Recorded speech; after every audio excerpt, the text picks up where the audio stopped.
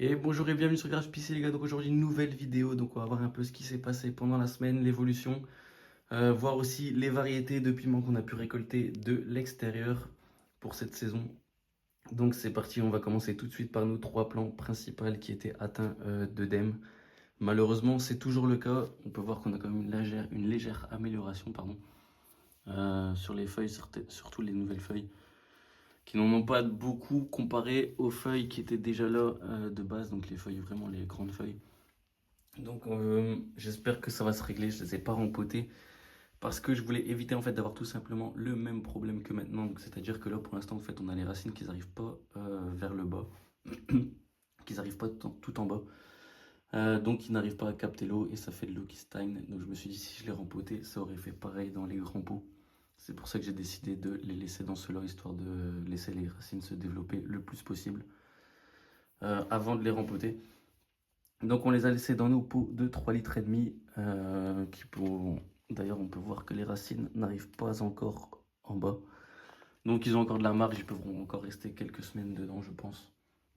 Histoire d'avoir des belles racines qui colonisent bien tout le pot et éviter d'avoir justement cette partie d'eau qui va stagner en fait. Donc c'est à peu près tout pour cela. Ce que j'ai fait sur celui-ci, donc le White Moruga Scorpion, ce que j'ai fait en fait, c'est j'ai simplement enlevé les grandes feuilles qui venaient ici recouvrir cette partie-là pour pouvoir justement laisser de la place aux feuilles, enfin aux branches secondaires qui demandent qu'à se développer. On peut voir que c'est vraiment tout l'un sur l'autre. Donc on verra, on va essayer de faire développer les branches secondaires au maximum sur celui-ci. Sur celui-là, on pourrait faire la même chose. Surtout enlever ces grosses feuilles-là qui sont vraiment endommagées et qui n'apportent rien de bien à la plante. D'ailleurs, on va le faire avec vous tout de suite. On verra bien si c'est une bonne idée ou pas. On va juste éclaircir un peu, je ne vais pas trop enlever. On va encore enlever celle-ci. Donc en fait, j'enlève vraiment les feuilles qui sont abîmées. D'habitude, je ne suis pas pour tailler les plants. Les plants, je les laisse en général pousser comme ils sont. Mais là, je pense que ça pourrait aider pas mal. Surtout à développer les branches secondaires qui sont ralentis par les feuilles qui sont abîmées justement. Je vais enlever celle-ci, histoire de faire de la place. Voilà, donc là je pense qu'on est plutôt cool. D'habitude, comme je vous ai dit, je n'aime pas en fait, je n'aime pas tailler mes plants, je préfère les laisser, en fait, laisser faire la nature tout simplement. Sauf que là, on va essayer de couper celle-ci pour voir pour les branches secondaires. Donc on verra ce que ça donne dans les prochaines semaines. De toute façon, le problème d'œdème apparemment, il change un peu sur la croissance, mais pas sur la fructification.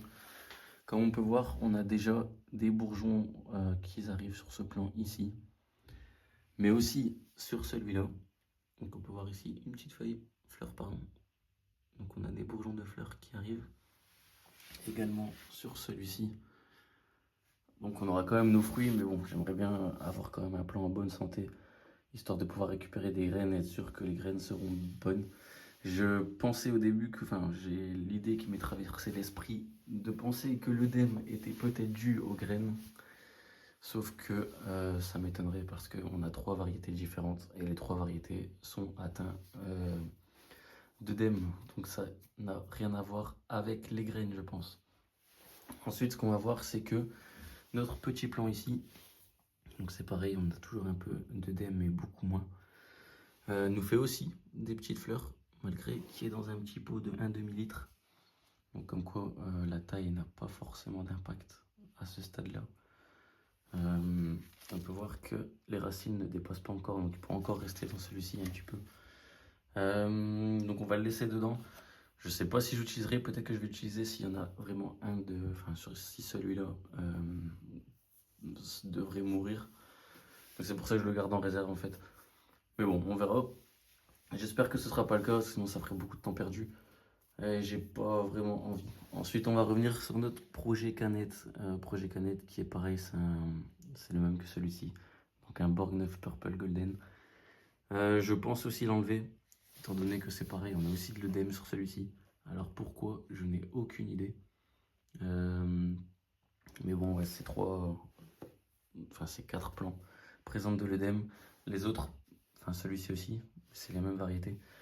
Et ceux-ci qui sont ici, on va en revenir juste après, Pour l'instant, celui-là, je pense refaire un projet canette ou peut-être pas, je sais pas, on verra. Mais si je devrais le refaire, ce serait avec une espèce plus simple comme un Bacatum, un Capsicum Anum. Donc tout ce qui est, par exemple, piment calabré, peperoncini, des trucs simples. Ensuite, on a notre projet secret qui se passe ici. Donc ceux-ci, je viens de les arroser. C'est pour ça qu'ils sont en barquette.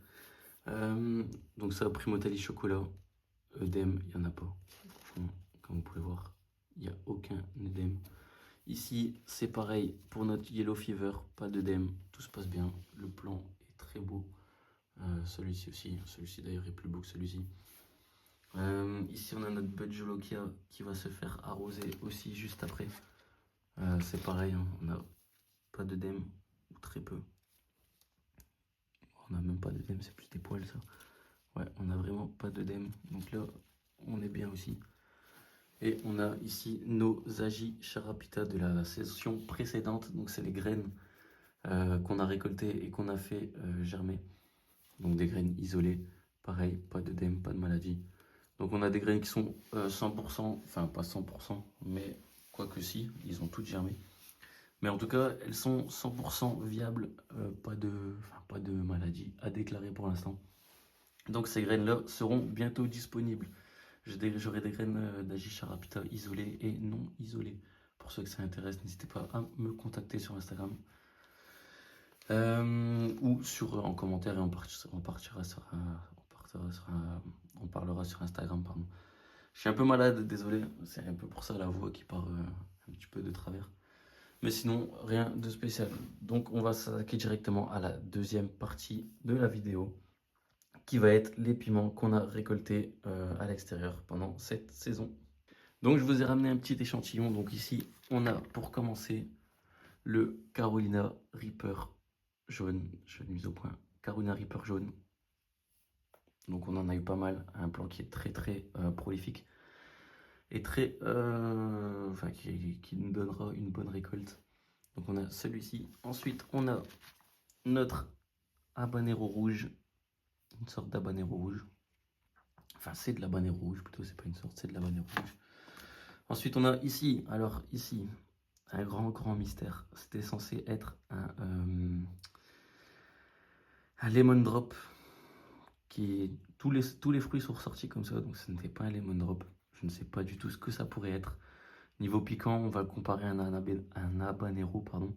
Donc niveau chaleur, c'est comme un habanero. Peut-être un habanero jaune, je ne sais pas. En tout cas, je n'ai pas fait de graines isolées, étant donné que c'était pas ce que je voulais. Mais j'aurai quand même quelques graines non isolées, si ça intéresse.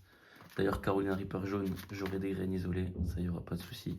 Sur la Banero, c'est pareil, on aura des graines isolées aussi. Ensuite, on a notre Sugar Rush strippé. Donc celui-ci, je n'ai pas pu récolter de graines isolées. J'en aurai quelques-unes, mais ça, je vais les garder. Je n'en aurai pas assez. Donc voilà, très beau. Ensuite, on a notre Peperoncini, qui là aussi, j'aurai des graines isolées et non isolées. Peperoncini, qui est un piment qui est assez doux. Presque aucun piquant. Donc franchement c'est cool. En salade ça peut être pas mal. Ensuite on a notre petit piment calabré. Donc ça c'est pareil, j'aurai des graines isolées et j'aurai des graines non isolées.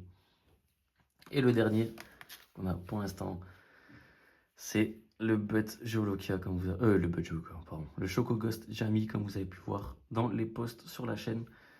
Aux alentours des 2 millions, voire un peu moins, un peu plus, ça dépend. Ça dépend des sites en fait surtout. C'est pareil, j'aurai des graines non isolées pour ceux que ça intéresse. Graines isolées, j'en aurai quelques-unes que je vais aussi garder, étant donné que je voudrais en refaire l'année prochaine. Et pourquoi pas en refaire ici en chambre de culture. Donc en fait ce serait peut-être un projet. Donc on aurait celui-ci en projet.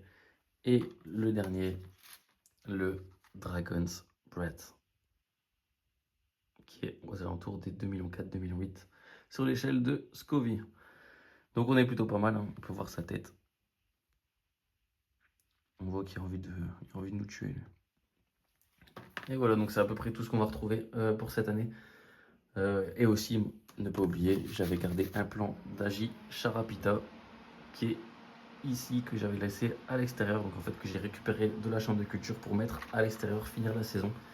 et finir les récoltes. Le ventilateur s'est mis en route, c'est super pour la fin de la vidéo les gars. Donc moi je vous dis à la prochaine, c'était Graspicy. N'hésitez pas à me dire en commentaire quelle variété vous avez eu en abondance cette année. Ça serait cool de pouvoir savoir et partager avec vous. Donc n'hésitez pas à commenter, à liker la vidéo, à vous abonner si ce n'est pas encore fait.